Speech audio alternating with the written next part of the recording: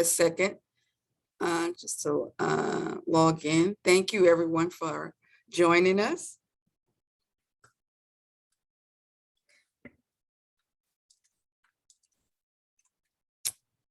So is everyone in? Everybody is in and you're good to go. Wonderful. Good afternoon, everyone, and thank you for joining Career Services. Today, we're going to talk about a topic that is very dear to me, and I think it needs further discussion.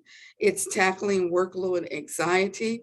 And today, we live such busy lives with family, work, school, and sometimes we have all of that together. And sometimes just even our school is enough to give us anxiety. And I wanted to speak about this topic because I see students and everybody just trying to deal with this particular issue. So we have a very special speaker today. Her name is Miss Lisa Parkinson, and she's one of our HCC's Ability Services counselor. Lisa graduated from Texas A&M University with a bachelor's degree in psychology. And then she went on to obtain a master's in education counseling from the University of Houston. She's been with HCC since 2008. And she's been here at our Northwest campus since 2012. Welcome, Lisa, and thank you so much for speaking to us today on workload anxiety. It's a subject that's very dear to my heart, and I hope we all learn and get something from this particular meeting. Okay, great. Lisa? Thanks for having me. Can you hear me okay? I can. Can okay, everybody great. hear her? Wonderful. Okay. So if you share your screen? Yes. Okay. I'm going to share my screen. I've got dual monitors here. So I've got my monitor with the actual presentation and presentation mode. So can you see that? Because I also see my video is still playing. So can you see my screen? Yes, we can. Okay, great. So I am going to talk about tackling workload anxiety, but obviously more how it relates to dealing with stress management and then I threw in a bit in there about resilience. So I did kind of come up with a couple of objectives that I hope that we can get out of today's session. I wanted to define stress and the types of stress, causes of stress, identify symptoms of stress, kind of focusing on the psychological and even the physical aspects of stress so that when we feel these things, we know maybe what we're dealing with, we can pinpoint it. Some coping strategies and some stress management techniques. I'm going to then define resilience, talk about ways to bounce back. And then there are actually some applications like on your phone and other devices and techniques that you can use to do your stress management. And then there's tips on how to improve your resilience even. But let's start by talking about what is stress. To a degree, it's necessary. Stress is helpful. It's our body's way of responding to demand. It gives one the stress, it gives one the strength to feel, to face, to deal with and prepare for impending dangers and ordinary circumstances. So it can be good or bad experiences, but when it's persistent, it can lead to a variety of health problems. So if you're not recognizing the level of stress that you're under, how much stress you're under, it can, escalate into anxiety or depression and things like that. But there are the different types of stresses. So I want to make sure that we understand all stress is not bad stress, but it can motivate us or demotivate us. So when you hear of a word called eustress, that's the good stress. That's the stress that motivates us to keep working. It's the motivation that we know a test is coming up, so we're going to go ahead and make sure we're studying, we're reviewing, we're going to tutoring, anything that we can do to make sure that we can score as well as we can or as high as we can on our test. And so that stress is a necessary type stress. But distress is the bad stress. And that if you have too much of that can build tension. And if you're not getting any relief from it, that's where it can lead into the psychological issues and the physical issues. So when we talk about what causes stress, there is different layers of stress, but survival stress is a response to danger. You've probably heard of fight, flight, or freeze. There's the internal stress. That's the worrying that we do, the emotional stressors that we, have that kind of sometimes we bring them on ourselves. There's the environmental stress that could be dealing with noises, overcrowding, and just general pressure. And then fatigue or overload, that kind of builds up over time. It's not, you don't necessarily find yourself exhausted after just one day of work. And if you do, then it's probably been a buildup. I know for me that I can find myself by the end of the week on a Friday, I'm just ready to go to bed kind of early. Like the whole week's worth of environmental and work-related stresses just kind of take a toll. But you want to make sure that you're paying attention to yourself. You want to understand what the symptoms are. There are behavioral symptoms. There's a change in eating habits, maybe. Some people sadly turn to substance use or substance abuse. If you find yourself or someone maybe withdrawing socially, your productivity has decreased, or you're just not caring so much about yourself. You're not taking care of hygiene issues, things like that, or someone There's the physical symptoms that can happen, the headache, the back pain, the chest pain. We talked about fatigue, but maybe it's going into, stomach issues, bathroom problems, sleep problems. You're having muscle aches. Maybe you're losing weight or gaining weight, and you're not quite sure what's going on there. There's the emotional aspect to it too. You can find yourself maybe feeling a little bit anxious. Maybe you just kind of feel a little bit of heart palpitations or having any kind of difficulty breathing all of a sudden, for a short period of time. Maybe you're finding yourself irritable or someone else, angry, and you can't really quite understand what you're mad at, an inability to concentrate. Maybe you're actually feeling a little bit depressed. It's a little bit beyond just being sad, or forgetting things. Forgetfulness tends to be a symptom. It's the one thing that I guess we can have full knowledge of is knowing that it's common. 1 in 5 Americans experience that extreme stress.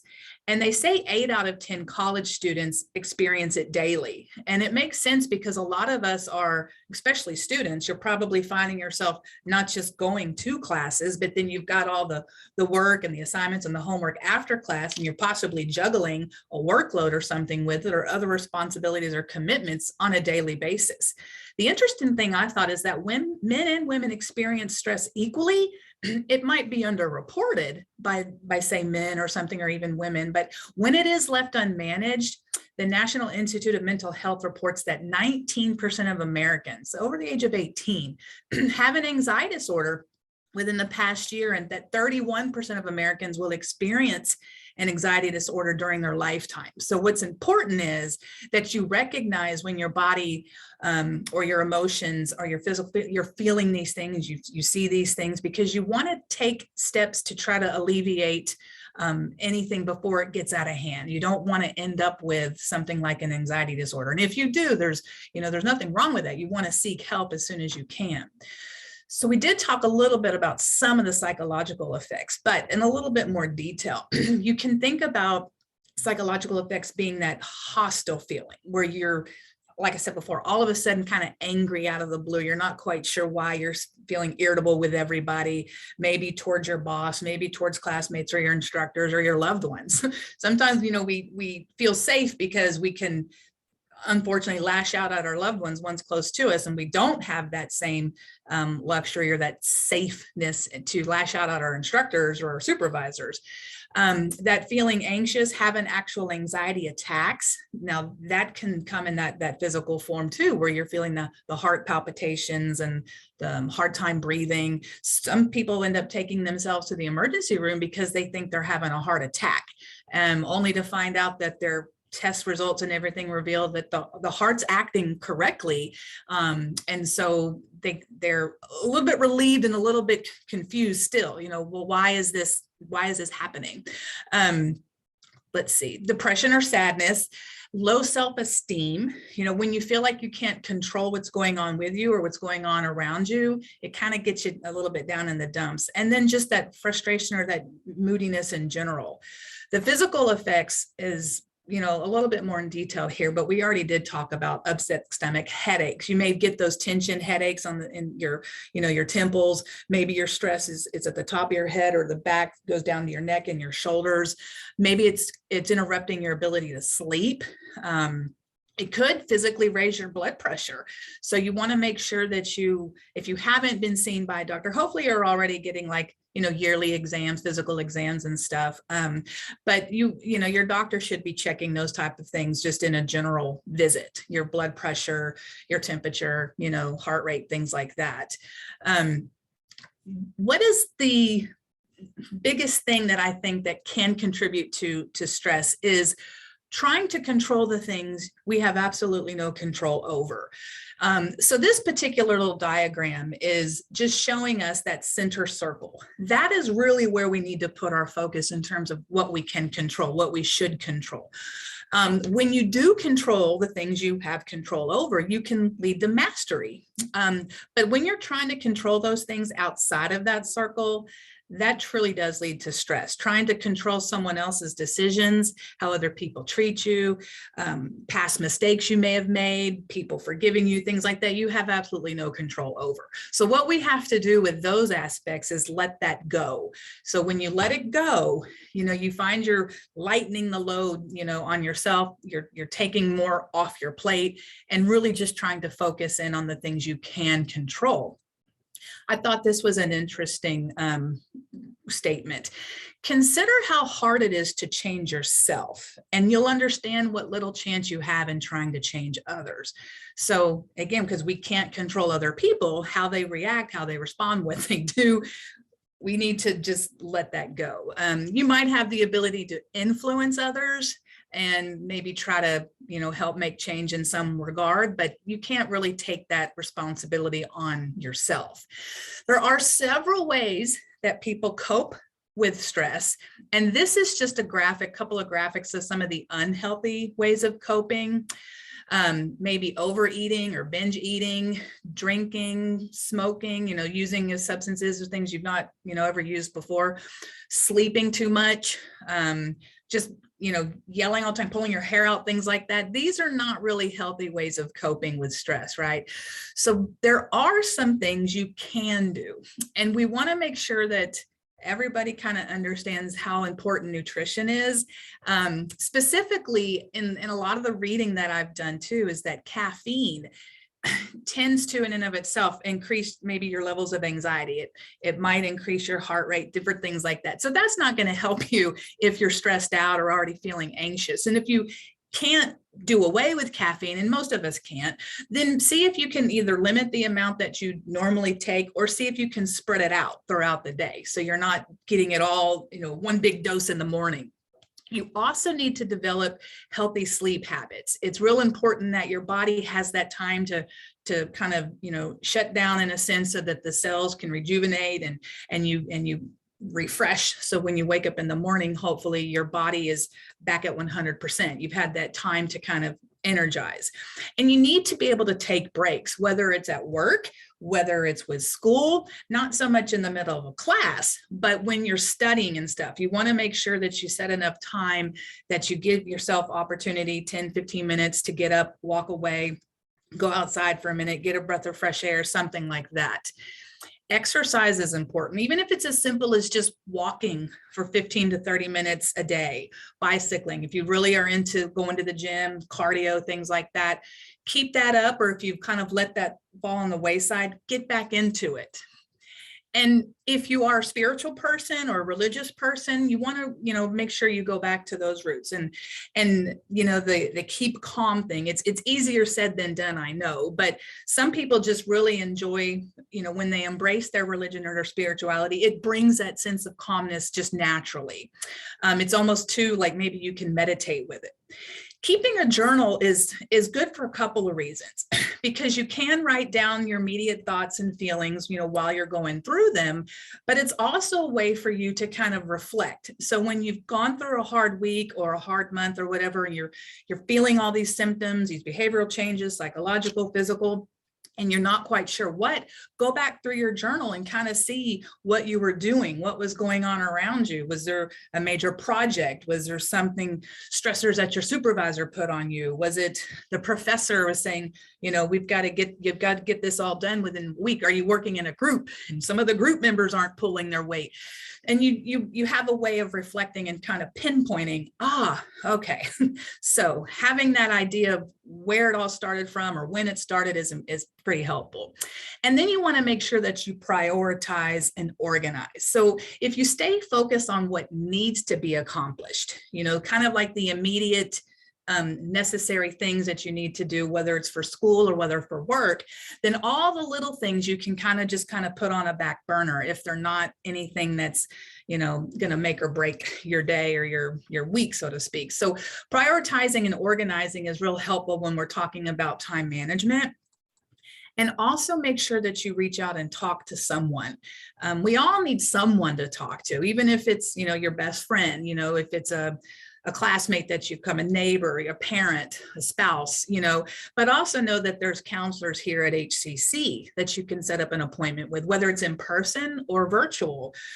We're here to talk. We're here to listen.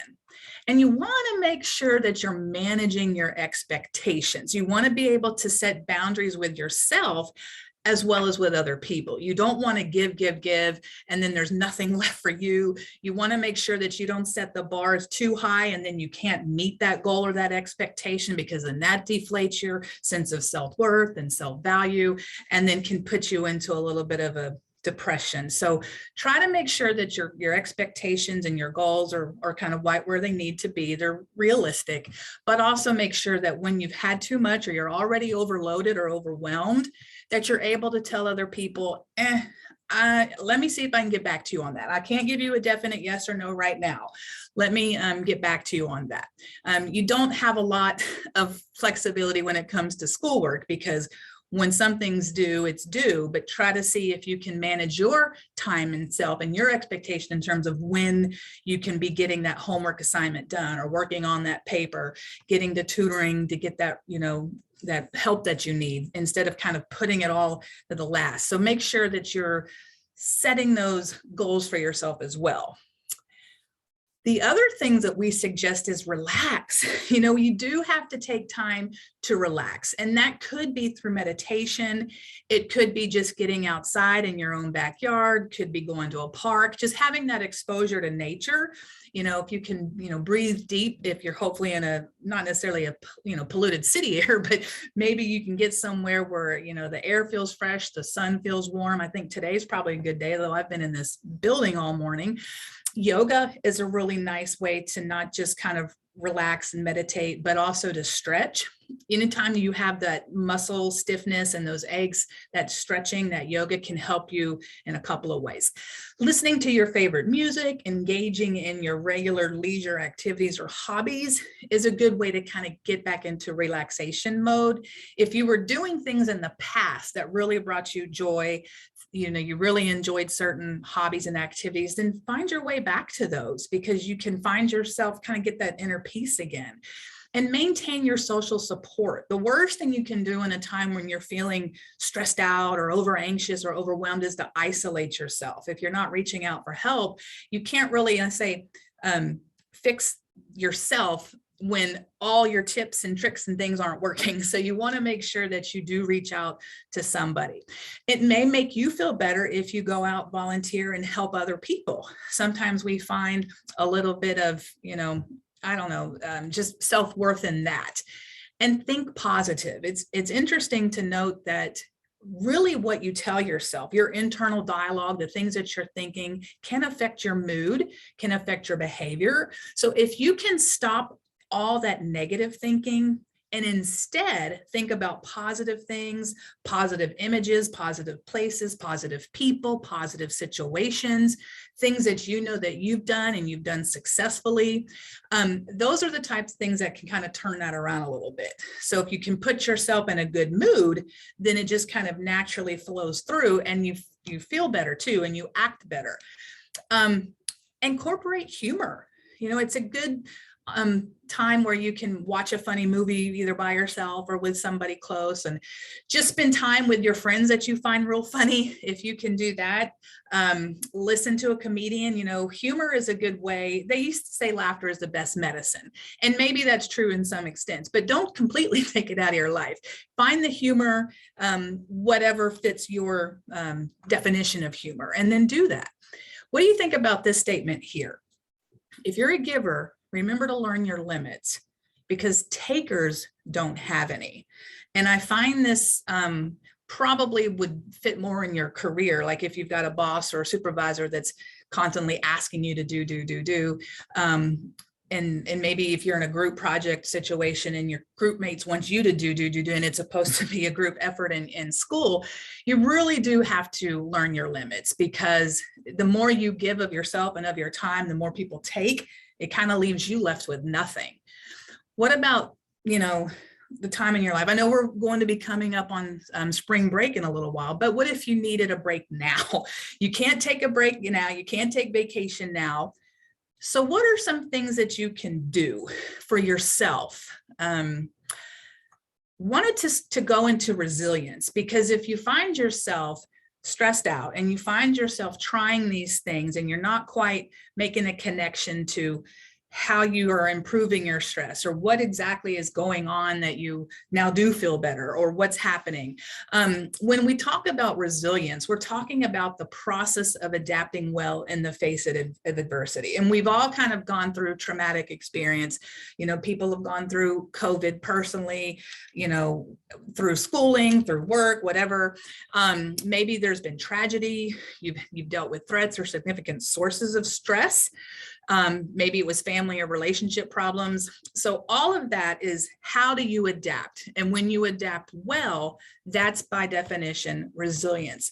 Resilience doesn't mean that you're never going to experience anything difficult. It's always, you're going to be stress-free, no emotional pain, no trauma. You're born with it, or you must be tough. That's not the definition of resilience. That's not what it means. So if you can, and this is going to be, I guess, hypothetical. I don't see a lot going on there is something going on in the chat. If any questions at any time, let me know, but I think they've given 10, 15 minutes at the end of this for Q&A. But I want you to think about a time that you faced a negative setback or a negative event, or setback or a negative event. And then when you kind of pick it apart, what happened? Did you have any control over the situation? What was your initial reaction? What did you say to yourself? What was your internal dialogue? What were your thoughts? Did you have anyone to turn to? Okay. How do you bounce back? Given that situations are tough, situations are a lot of times out of our control, the kind of the trick is you don't dwell on failure. Resilient people acknowledge the situation, you learn from your mistakes, and you move forward. So kind of looking at each of these little honeycomb things, a challenge is not, you don't let it define you then as a paralyzing event. So you look at the failures and mistakes as lessons to be learned from, as opportunities for growth. Don't view them as a negative reflection on your abilities or your self-worth. It's to stay committed to life and goals. So commitment, that's commit to your life and goals and having a compelling reason. It's like having a compelling reason to get out of bed in the morning. It's not just restricted to your work though, because you commit to your relationships, your friendships, causes you care about, your religious or spiritual beliefs. Control only what you can control. And I showed that graphic earlier, because if you spend your time and energy focusing on situations or events that you have control over, then you can master those, as I said. So put those efforts where you have the most impact to feel empowered and confident. And those who spend time worrying about uncontrollable events can often feel lost, helpless, and powerless to take action. When we talk about optimism, look at things as a temporary issue instead of a permanent issue. Give yourself credit. And instead of saying, I'm a horrible student since I failed that math class, say, I need more help in math so I don't fail the class again, or so I don't fail another test. And don't overgeneralize. Situations or experiences may be a setback in the moment, but just because something went wrong one time doesn't mean nothing will ever go right again. Don't personalize it. Don't blame yourself when bad things happen. Look at other factors in the situation. Could you have done a project or a task better if you had proper support? Could you have done the project or the assignment better if you had gotten started a little bit earlier or hadn't gone to tutoring? So don't think of yourself as a victim, but instead focus on the things you actually have control over. So probably going to say this a couple of times throughout the presentation. What can you do to bounce back? So learn from the past. Mistakes you've made should be evaluated for lessons learned. You can do things differently next time, hopefully, in whatever area that is, in the way that you studied, in a class that you took, and maybe it just was a horrible class, you have no interest in that subject. Do you have to take it again? Is there something different you can do on your degree plan? In terms of with work, your career, maybe you could ask your boss or supervisor, please, I don't want to be paired up on that particular project or with that particular group or that person. Our personalities didn't mesh, and I found myself doing a majority of the work. And choose your response. So don't react. We're saying think through positive and a calm way to handle the situation so it'll create less stress and anxiety. Be confident or learn self-confidence. That might be kind of weird. Have you ever heard that you can actually learn self-confidence? Well, you can. And it kind of starts with believing in yourself. Belief in yourself to get through the tough situations will help you prepare for the future. You may even be able to reflect back and think about the tough time that you did get through before, the serious stressors that you had. How did you get through that? What did you do? And maybe it's just a matter of reminding yourself how resilient you really are. And develop supportive relationships. So if you don't already have supportive friends and coworkers, then see if there's anyone whose personality you click with. You want to have them in your corner because they can help you deal with stress and negative experience. You really always want to have someone you can talk to or turn to. So again, if you need any counseling resources while you're a student at HCC, you can reach out to counseling. We don't do therapy. So if it's really in-depth, way back to your past type trauma or something like that, we would want to get you in touch with the right place to have those resources to help you out. And think about being flexible, because rigidity, that can cause a feeling of loss of control. So you want to make sure that you can kind of go with the flow, be open to plans changing, because you don't, again, have any control over everything, over the environment, of what other people do and say, or behaviors they have, or how they're not going to contribute or participate. So find that flexibility. And this is a question that I had a student kind of bring up to me once before. This is, do you need to experience tough situations or hardships in order to build resilience? And so think about that, because if you just kind of grew up in let's say a sheltered, privileged life, and you never had any setbacks or challenges or experiences, then there's probably a level of, resilience that you don't have. You've never been faced with that negative situation or setback. So what would you do? Would you know how to handle it? Would you know what tools in your own tool bag you've had because you dealt with it through the past? Would you know if you can even handle such a situation? So I don't know that there's anybody in life that has never had a setback, some type of trauma, some type of sad experience or stressful experience. And so here you are today, having come through that. You just want to make sure that did you learn something from it? Do you think you've learned something about yourself? I think you probably did. I'm sure, I know I have. So you do want to kind of reflect on that. There are apps out there. I was kind of impressed with how many, some of them are free, some of them pay, where you can help yourself with your resilience, with your stress management. And this is just a slide with a couple of those in there. Mood Mission, that one you actually have to pay for, but it's kind of a game thing where, you tell it how you're feeling and it gives you like 5 missions to help you improve your well-being. Breathwork, it's not misspelled. It actually is missing that O there, but it's got breathing exercises that you can do to help you eliminate the stress and anxiety. There are apps that if you have a job or a career where your HR side of things will pay for you to download an app or something, or they already have a subscription and you can download that app. Resilience app is really only employer provided. So it actually is a diagnostic tool. And it goes into a lot more depth with where you're assessing where you are. You can make goals. It helps track that. There's meditation features in there and resilience training videos. So it's really neat to know that there's companies out there that want their employees to make better mental health. Even HCC, we have EAP, the Employee Assistance Program. So we can go to counselors. We counselors can go to counseling, and sometimes we need it. So I'm not going to go through all of these apps because you certainly can do a search on your own for what type of apps are out there, but you can also take the time to Google search things. There's a website allaboutdepression.com, and there's links in there for other things you can do. One of them is about deep breathing.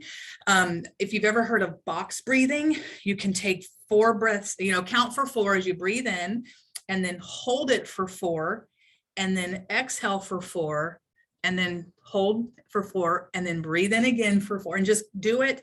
You don't have to do it for very long, but you're just kind of forcing yourself to be mindful in the way that you're breathing. And it really can help, the muscles relax. So it can start from your head and go all the way down your shoulders, through your back to your legs. And using guided imagery. I think the best description I have for that is think about a place, whether you like the beach or you like the ocean, or whether you like to, parks or something, and imagine yourself there. Is that a calming place for you? Mindfulness is simply being present with that experience. And you could even go on virtual vacations. If you can't physically go somewhere, get on Google Earth. I can go through a rabbit hole in that and just where I used to live and what's this, and hey, I've heard about this town, or what is going on in this country, and you can just almost virtually visit there and try to focus on the now, because really the only time we're guaranteed is the now, the moment that we're in. Because if there's too much stress and focusing on the way distant future, then you don't need to go there right now. You've got to take some time, heal yourself, reduce your stress levels now, then you can work yourself up for those longer term goals. There's really, this particular YouTube video is really neat. It's like 3 hours long, quiet music playing with the most beautiful nature scenes, from in forests to mountains to water. It might even, I couldn't watch it here, I'd probably take a nap. But so there's things out there that you can do for yourself. And I think one of the ways that can really be a big stress reducer is just getting organized and staying organized. And especially as a student, if you've got more than one class, or even the one class you have, you've got different assignments that you have to do. You've got due dates for these things, when tests are going to be. So you want to make sure that you've got some type of a planner. You're using your calendar, whether that's a calendar you hang on your wall or electronic calendar you use on your phone or your email. And, make it as detailed as you can. You can go hour by hour, for a solid, say, 7 days, and include the time where you want to be asleep, the regular sleep, so that you can get yourself on a schedule, on a routine. So they actually say that it takes like 21 days to create a habit. So if you can make yourself the time to be very detailed, very organized in how you need to spend your day, which turns into a week, which turns into weeks, you kind of get into that healthy routine, and then you don't necessarily have to refer back to your schedule per se for every little thing. You've created that natural habit. So, I didn't realize I was going to bold as we go. Are you artistic? Or even if you're not, do you like drawing, coloring, painting?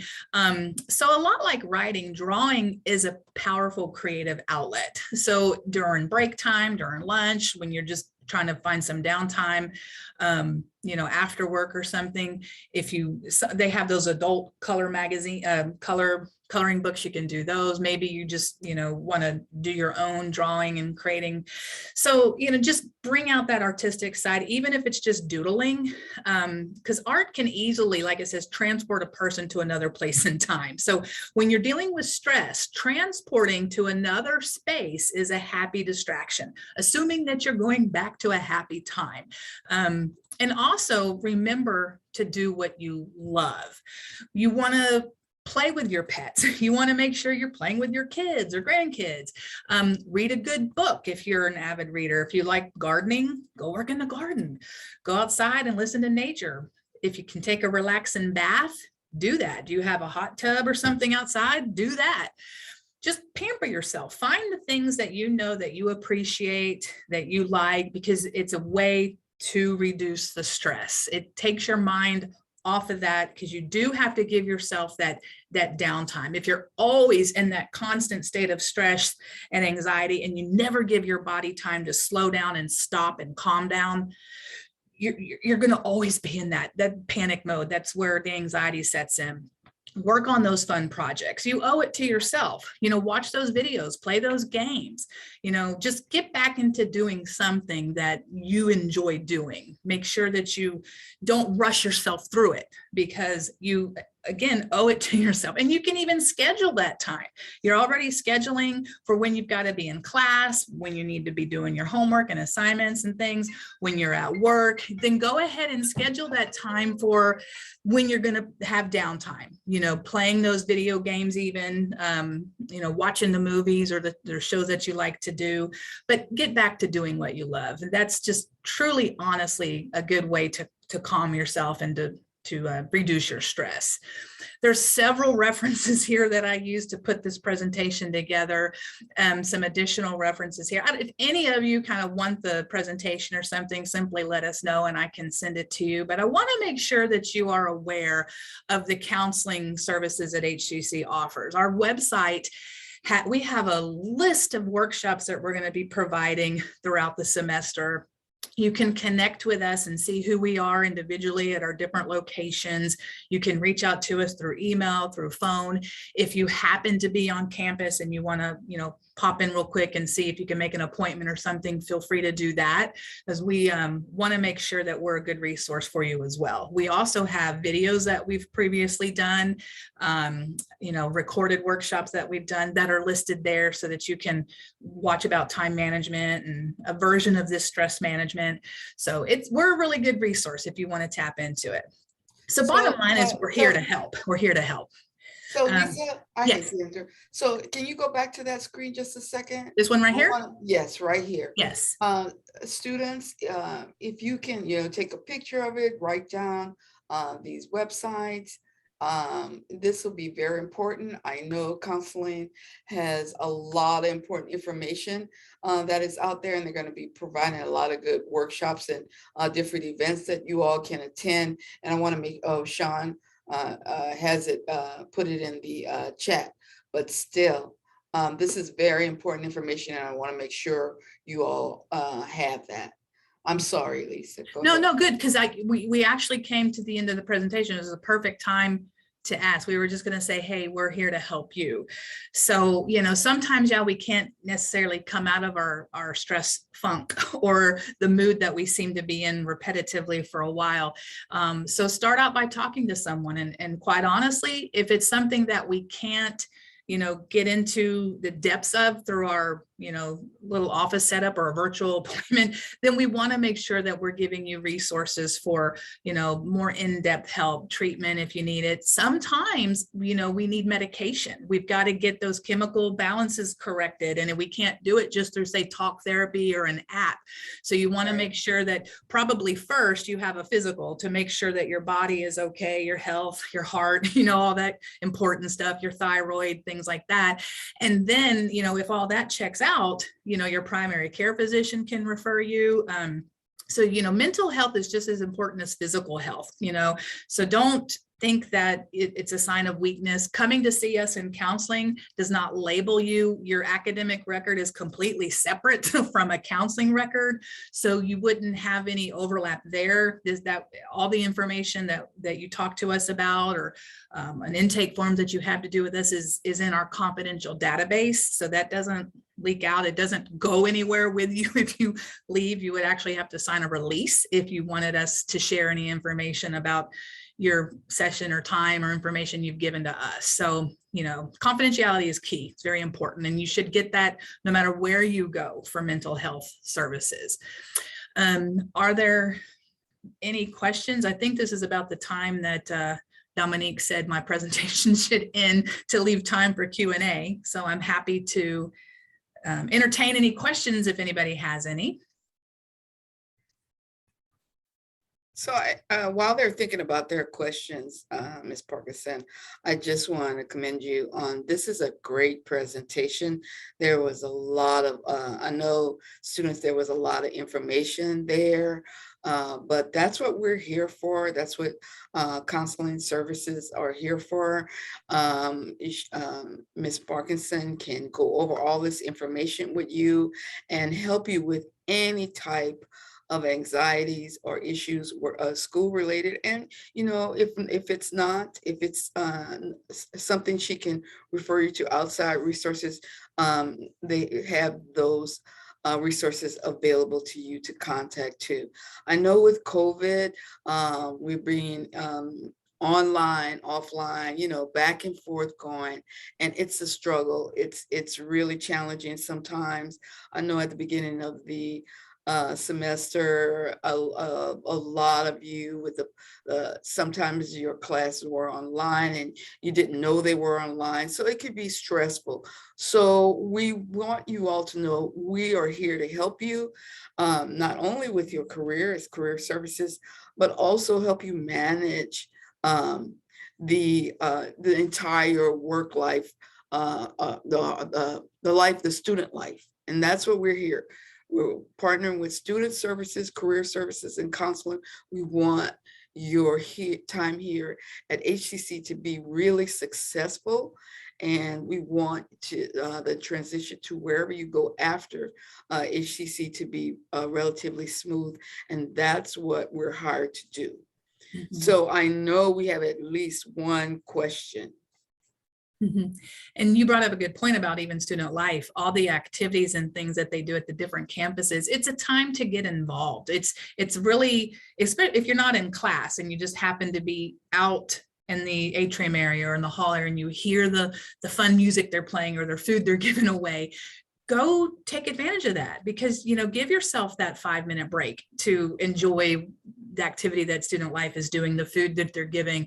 It's rewarding, but you as a student, you already pay for that through your fees and everything. So take advantage of that and give yourself that deserved break. All right. Well, I've chit-chatted long enough. No questions? Okay. Okay. Well, I'll stop sharing my screen. Wonderful. There is something in here from a student directly to me. Oh, okay. Okay. So any of you guys that are needing, and I don't know if this would come from Sean or who it would come from. Apparently there's a student that needs credit for having attended today's webinar. The English instructor, I guess, has given the student some credit. So I don't know that I can see your full name, Nori. Don't worry about that. I'll handle that. Perfect. Okay. All right. Well, that's all we have. I want to thank Lisa and everyone who's attended this session today. It was very, very well put together and very informative, and I appreciate that. And I hope that each one of you students have several takeaways from this, and that will help you on your work and school endeavors. Mm-hmm. Sean? And so, yeah, Sean, are you able to see the other student? Oh, Vanessa wrote to everybody. Okay, so with the credit for these sessions, Dominique Brown is the one that can pull reports of who attended, and faculty can request from her about attendance. Okay.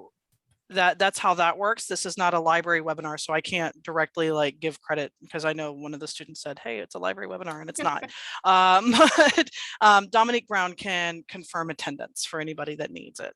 Okay. Wonderful. Yeah. All right. Okay. Well, that's all we have for career services today. And like I said again, I hope this was helpful, and with many, many thanks to our presenter today, Ms. Parkinson. You guys, please visit her and ask her any questions and get any type of information you need from her. Yeah, and thank you so or much. Any of my colleagues too. You can go on our website and you can see all of us, where we're located and everything. So yeah, we should all be available to help. All right. Thank you all. And that's it. Well, I have the talking points for student life because I don't think Dominique is here. Okay. So just for everybody that's here, just a reminder, the event will be available for playback via the Student Life YouTube channel. And all attendees who stayed for the entire event will be, or all student attendees who stayed for the entire event will be placed in a raffle. There will be 3 $25 gift cards awarded to winners.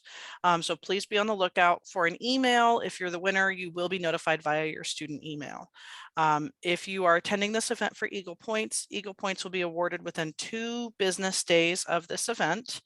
And then finally, just a reminder, these weekly life hacking events, except for spring break, do go all the way until March 29th. So next week, we get government professor Mark Tiller, who's going to join us to talk about, I read it in the news, so it must be true, but is Wow. it? That sounds interesting. Right? So how you can find those sources to manage the information that you're finding and kind of discern what's out there and what's true. So join us next week. Thank you again, Lisa. Thank you, Martha, and everybody have a fabulous Tuesday. All right. Bye-bye. Bye, everyone. Bye.